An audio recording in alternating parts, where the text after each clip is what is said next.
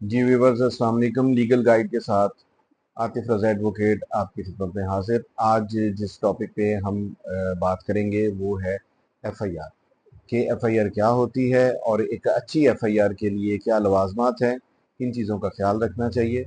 तो सबसे पहले मैं ये बताऊंगा कि एफआईआर को फर्स्ट इंफॉर्मेशन रिपोर्ट कहा जाता है, और जो कि किसी भी काबिल दस्तंदाजी पुलिस जुर्म के बारे में मुतलका पुलिस को रिपोर्ट की जाती है। ज़ाब्ता फौजदारी की दफ़ा 154 के तहत एफआईआर दर्ज की जाती है। अब सवाल ये है कि एक अच्छी एफआईआर जिसके अंदर अल्टीमेटली आपके मुलज़मान को सज़ा मिले, उसके लवाजमात क्या हैं।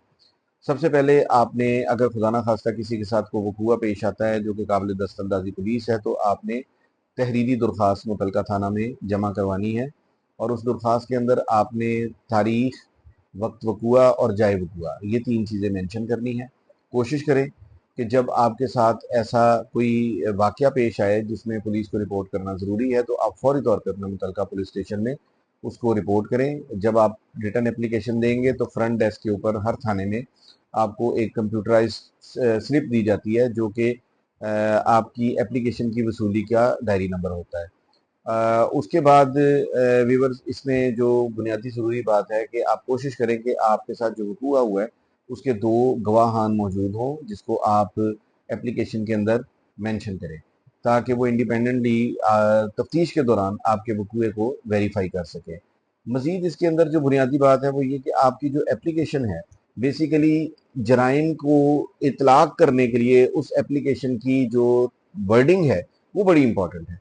अगर किसी शख्स के साथ जालसाजी हुई है, फ्रॉड करते हुए, मिसरिप्रेजेंटेशन करते हुए, चीटिंग करते हुए, तो वो तमाम चीज़ों को साथ में ऐड करे कि मेरे साथ इन्होंने जालसाजी करते हुए, फ्रॉड करते हुए ये जालसाजी की है, ताकि उसके अंदर 420, 468, 471 के ऑफेंसेस जो हैं वो ऐड हो सके। लेकिन अगर आप सिंपल ये कहते हैं कि मेरे साथ इन्होंने धोखाधड़ी की है, तो फिर पुलिस जो है वो आपकी एप्लीकेशन के मुताबिक जराइम का इतलाक करते हुए सिर्फ उसको 420 की हद तक जो है एफआईआर बनाएगी।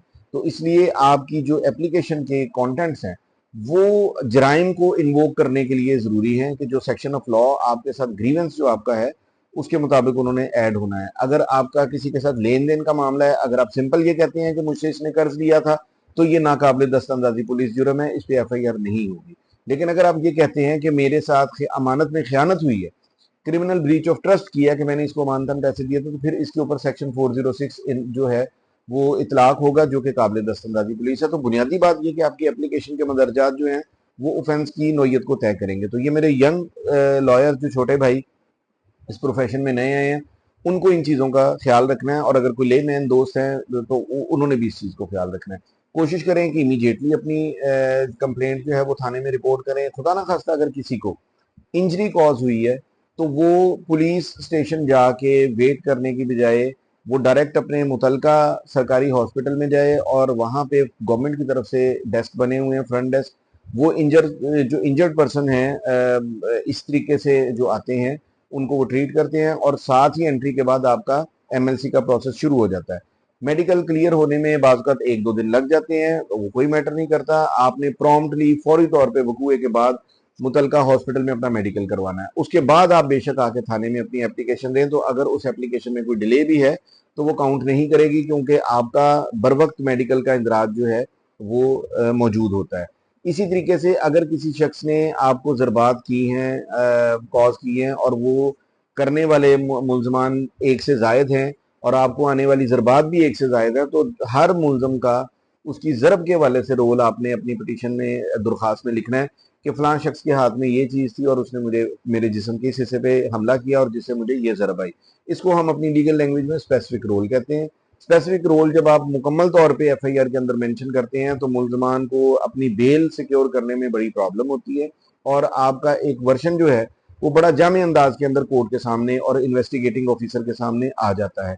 इसी तरीके से अगर किसी शख्स ने आपके साथ फ्रॉड किया है, मिसरिप्रेजेंटेशन की है, डकैती की है, चोरी की है, तो आपने, उनमें मुलजमान एक से जायद हैं, तो सबका रोल के इस शख्स के हाथ में गन थी, इसने मुझे मेरी तलाशी ली और मेरे से ये चीज़ें रिकवर की, फलां ने मुझे मारा, ये आपने स्पेसिफिक रोल जो है वो उनको एट्रीब्यूट करने हैं। तो व्यूवर्स, ये आज की वीडियो थी। अगर वीडियो पसंद आए तो चैनल को सब्सक्राइब कीजिएगा और बेल आइकन का बटन दबाइए ताकि आपको लेटेस्ट वीडियो मिलती रहे। थैंक